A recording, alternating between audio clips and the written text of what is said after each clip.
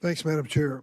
Mr. Secretary, I'd like to ask you to help me reconcile some numbers. It's my understanding that this whole supplemental funding request is $87.6 billion, and most of the funding, $67 billion, is for the Department of Defense.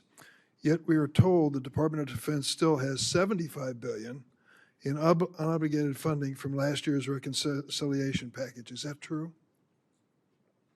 Roughly correct numbers, yes. So you've left some change on the dresser before you prepared to come for this hearing. What's going to happen to that $75 billion? Well, that 75 is, there's plans and designs on that, part of the rebuild of our military, which had to be undertaken. And so the One Big Beautiful Bill gave us specific avenues. I'd have to get you the exact numbers of what that is left to be allocated. Does it have to do with the war in Iran? No, this is rebuilding our military from what was not funded in the past under the Biden administration. So this is from 2026, One Big Beautiful Bill, which helped move the president's priorities like Golden Dome for America, move away from all the woke priorities of what the Biden administration was pursuing, give us a chance to start cutting these deals on munitions, all the things that the president wanted us to focus on: shipbuilding, hypersonics. I mean, the Biden administration ignored hypersonics. They just decided to pretend like that technology didn't exist and we shouldn't invest in it. There are things. I don't know what Lloyd Austin did for 4 years. I really don't. Well, I'm sure the amount of neglect, the amount of stale thinking and bureaucracy, it was staggering when we took over. So One Big Beautiful Bill gave us a chance to get caught back up. Let me interrupt your speech for a minute, Mr. Secretary. It's my turn to ask questions. I've been listening patiently while you made your presentation. You estimated at one point that the cost of the war in Iran was $29 billion, but then added a caveat that there was a replacement of munitions, for example.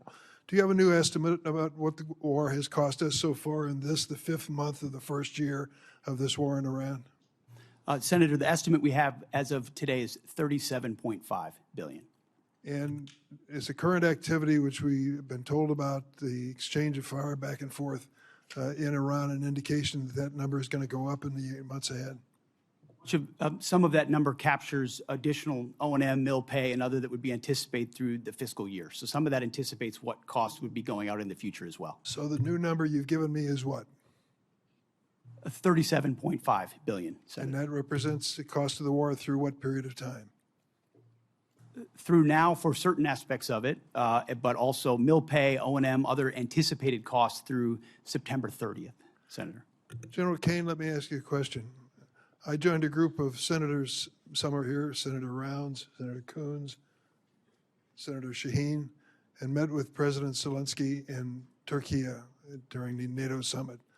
He was very explicit in terms of what he needed to win. He feels the momentum in Ukraine is moving to his side, and that he is putting a foot forward instead of back. Is that your feeling? Sir, I think the pressure that Ukraine is putting on Russia is substantive at this point. Do you acknowledge his request that we help them with air defenses as a high priority? Sure, I know he's made the request. Whether or not that moves forward is always a debate at our civilian leadership, but I'm aware of that request. Are you aware of the fact that we appropriated and the President signed into law $400 billion of supplemental funding for Ukraine, including money for air defenses? I am, sir. Are you also aware the administration has informed us that that money will not be available in many aspects until the next president is in office? Sir, I'm not aware of that. My No, understanding was that capital had been allocated, but I'll have to defer to my civilian leadership. No, I'm sorry to tell you the pay plan tells us to be prepared to spend that money in fiscal year 29. The new president, whoever it may be, will make that decision. If you're talking about air defenses and the momentum on the side of Zelensky, what impact will it have if we cannot fund this for 3 years?